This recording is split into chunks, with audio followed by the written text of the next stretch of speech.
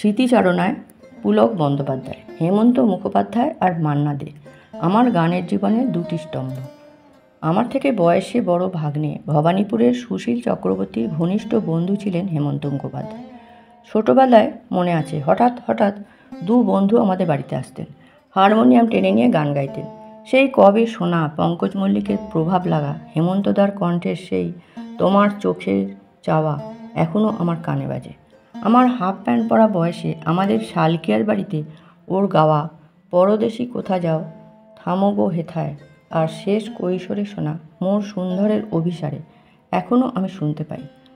তখন উনিই বলেছিলেন, দেখ সুশীল, শৈলেশ দত্তগুপ্ত কি সুন্দর সুর করেছেন।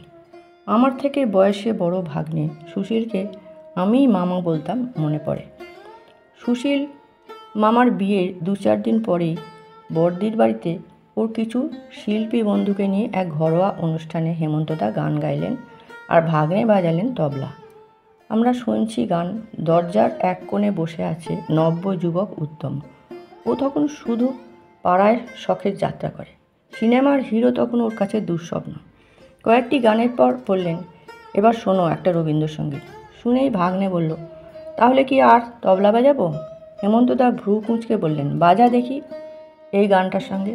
বলেই গান ধরলেন, কৃষ্ণকলি আমি তারেই বলি। প্রায় পুরো অ্যাড্রিফের পর যেই এলো কালো, তা সে যতই কালো হোক, মেতে উঠল ঘরভর্তি সমস্ত শ্রোতা। হেমন্তদা বুঝিয়ে দিলেন, তিনি আধুনিক আর রবীন্দ্রসঙ্গীতের দু নৌকায় পা দিয়ে নদী কেন সমুদ্র পাড়ি দেবার ক্ষমতা রাখেন। অনুষ্ঠানে একজন শিল্পীরা আজকাল যেমন পুরো 1 ঘন্টা 1.5 ঘন্টা গান গেয়ে শোনান, তখন সে রেওয়াজ ছিল না। সঙ্গীতানুষ্ঠানে একজন গাইতেন 5টি কি 6টি গান, আর সঙ্গে থাকতো শুধু তবলা। কেবলমাত্র মুম্বাইয়ের শিল্পীরা কলকাতায় কোনো অনুষ্ঠান করতে এলে বিভিন্ন বাজনা নিয়ে রেকর্ডের মতো গান পরিবেশন করতেন। তখনকার শ্রোতারা কিন্তু এইসব গানে খুব সন্তুষ্টি পেতেন না। মনে আছে, আগেকার ইন্ডোর স্টেডিয়ামে একটা অনুষ্ঠানে লতা মঙ্গেশকর আর সন্ধ্যা মুখার্জি দুজনেই অংশগ্রহণ করেছিলেন। লতাজি যথারীতি অর্কেস্ট্রা নিয়ে গাইলেন, সন্ধ্যা মুখার্জি গাইলেন শুধু রাধাকান্ত নন্দীকে নিয়ে নিজেই হারমোনিয়াম বাজিয়ে। ইতিহাস সাক্ষী, ওর বাদ্যযন্ত্রহীন অনুষ্ঠানে শুধু কণ্ঠমাধুর্যের পরিবেশনায় গানে মোর ইন্দ্রধনু সেদিন মুম্বাইয়ের সমস্ত শিল্পীর সঙ্গীতানুষ্ঠানকে ম্লান করে দিয়েছিল। মান্না দে কলকাতার হলেও মূলত মুম্বাইয়ের শিল্পী। মুম্বাইতে নাম করার পর উনি প্রথম যখন কলকাতায় আসতেন, শুধু হারমোনিয়াম আর তবলা নিয়েই কলকাতার শিল্পীদের স্টাইলেই অনুষ্ঠান করতেন। এরপর যখন নিয়মিত আসা শুরু করলেন, তখন তবলার সঙ্গে একটা অ্যাকর্ডিয়ন, একটা স্প্যানিশ গিটার, একটা পারকাশন আর একটা স্পেশাল রিদম নিয়ে নিতেন। অনুষ্ঠানের শ্রোতারা এতে হয়তো একটু ভিন্ন আস্বাদ পেতেন, যেহেতু উনি বাংলার সঙ্গে হিন্দি গানও গাইতেন। এইভাবেই কলকাতার সঙ্গীতানুষ্ঠানে প্রবেশ করলো গানের সঙ্গে বাজনা। পরবর্তীকালে যা অনেক ক্ষেত্রেই গান বাজনা না হয়ে বাজনা গান হয়ে দাঁড়িয়ে গেল।